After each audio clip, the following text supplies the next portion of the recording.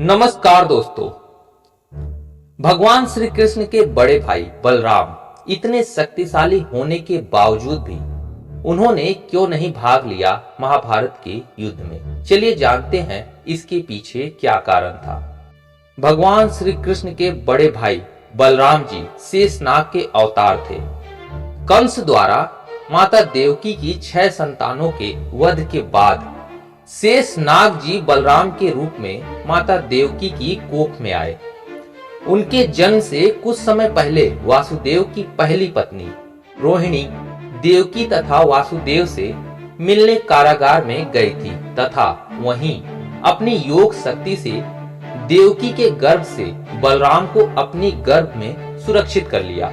क्योंकि बलराम का एक गर्भ से दूसरे गर्भ में आकर्षण हुआ था, इसीलिए उन्हें सकर्षण भी कहते हैं। बलराम जी के विषय में कौन नहीं जानता। ये बल के धाम थे और साथ ही क्रोध के भी। जहां भगवान श्री कृष्ण अपनी मुस्कान और शील स्वभाव के लिए प्रसिद्ध हैं, वहीं बलराम को उनके क्रोध के लिए जाना जाता है। वैसे भी वे नागवंश के थे और नागवंशी क्रोधी स्वभाव के लिए जाने जाते हैं। यदुवंश के संहार के बाद इन्होंने समुद्र तट पर अपनी देह का त्याग कर दिया और अपने धाम लौट गए। बलराम की शक्ति जानते हुए जरासंध को बलराम ही अपने लायक प्रतिद्वंदी दिखाई देते थे, अन्य कोई नहीं। यदि भगवान श्री कृष्ण जी की योजना भीम द्वारा जरासंध के वध की न होती तो बलराम ही जरासंध का वध कर चुके होते। किंतु इतने बलशाली होने के बाद भी उन्होंने महाभारत के युद्ध में न लड़ने का फैसला क्यों किया? क्या कारण था कि वे युद्ध करने के स्थान पर तीर्थ यात्रा पर चले गए? आइए जानते हैं आज की इस वीडियो में। महाभारत के युद्ध में सभी छोटे बड़े राज्यों से सैकड़ों राजाओं ने भाग लिया था। जहां एक तरफ कौरवों के साथ भगवान श्री कृष्ण की नारायणी सेना सहित 11 अक्षौहिणी सेना थी, वहीं पांडवों के पास केवल 8 अक्षौहिणी सेना थी। किंतु ऐसे में भी जब भगवान श्री कृष्ण निशस्त्र पांडवों के साथ थे, बलराम ने युद्ध न करने का प्रण लिया और तीर्थ यात्रा पर निकल गए। और तो और दोस्तों, उन्होंने भगवान श्री कृष्ण को भी यही सुझाव दिया कि युद्ध में हिस्सा न लें, क्योंकि दोनों ही पक्ष हमारे संबंधी हैं और किसी एक का पक्ष लेना दूसरे के साथ अन्याय करना है। दोनों ही पक्ष अधर्म कर रहे हैं और इसमें यदि हम भी शामिल हुए तो वह भी अधर्म होगा। क्योंकि बलराम भैया दुर्योधन को पहले ही वचन दे चुके थे कि वे और भगवान श्री कृष्ण युद्ध में शस्त्र नहीं उठाएंगे। इसलिए भगवान श्री कृष्ण जी ने भी उनके वचन का मान रखते हुए युद्ध में बिना शस्त्र के भाग लिया और अर्जुन के साथ उनके सारथी बनकर गए। उन्होंने भैया बलराम को भी समझा दिया कि धर्म स्थापित करने के लिए युद्ध का होना आवश्यक है। और रही संबंधों की बात, तो एक पक्ष सेना और एक पक्ष मुझे चुन ले।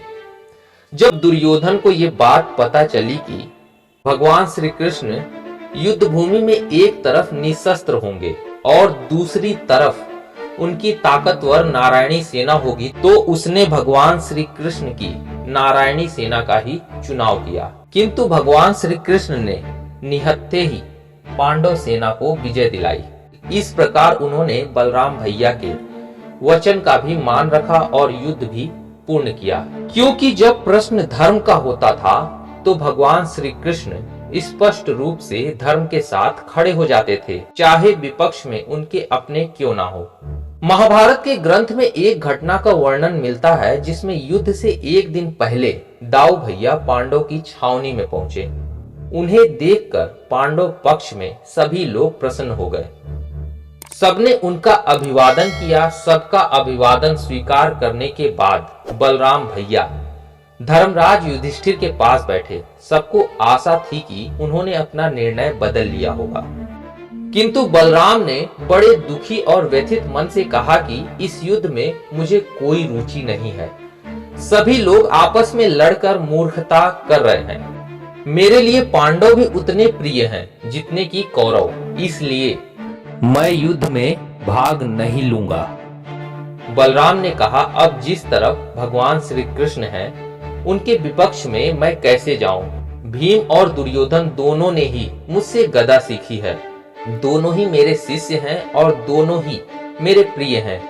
इन दोनों कुरुवंशियों को आपस में लड़ते देखकर मुझे अच्छा नहीं लग रहा है, इसलिए मैं तीर्थ यात्रा पर जा रहा हूँ। यह कहकर बलराम ने सबसे विदा ली और तीर्थ यात्रा पर निकल पड़े।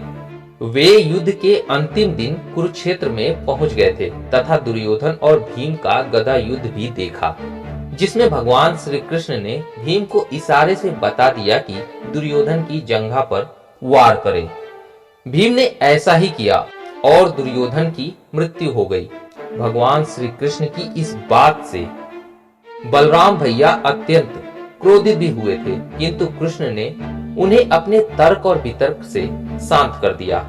तो दोस्तों, ये कारण था जिसकी वजह से भगवान श्री कृष्ण के बड़े भाई बलराम महाभारत के युद्ध में शामिल नहीं हुए थे।